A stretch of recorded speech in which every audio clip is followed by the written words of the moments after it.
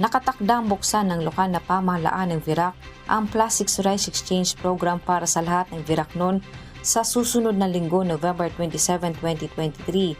Layo ng programa na makilala at mas pag-usayin ang recycling efforts ng mga Viracnon at mabawasan ang basurang nakokolekta sa nasabing bayan, partikular na ang mga plastik na basura. Inisyatibo ang naturang programa ng Municipal Environment and Natural Resource Office o MENRO ng Virac Local Government Unit na bahagi ng kanilang Solid Waste Management Program. Sa kada 3 eco bricks o 3 1.5 plastic bottle na puno ng basura, may kapalit itong 1 kilong bigas. Bukod sa 1 kilong bigas, magbibigay din ng isang raffle ticket para sa Pasalingaya 2023 na isasagawa sa buwan ng Disyembre.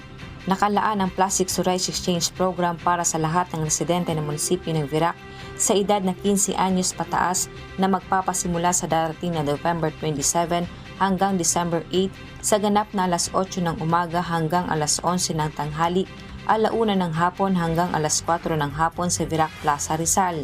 Kaya po ang message siguro po ng Office of the Mayor na sana lahat na Viracnon supportan ito kasi hindi lang po ito sa hindi simpleng raffle.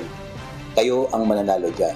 Kung marami kayong maiproduce na mga bottles, plastic to rice na program, marami kayong maiproduce na bote, ay di mas marami kayong tickets. The more tickets, the more chances of winning, of course. So, yun lang. And then, siyempre, ang isang pinaka-importante doon yung maging parte ka ng waste management program ng Virac. Na kailangan talaga natin. Ito nga, it's a social responsibility ng bawat isa sa atin na i-manage ang waste disposal. Target din ng bayan na makamit ang zero waste status sa pamamagitan ng suporta ng publiko sa programa. Diyos ang aming sandigan, serbisyo publiko ang aming pinahahalagahan. Mula dito sa Catanduanes, Lea Tañon, humahataw!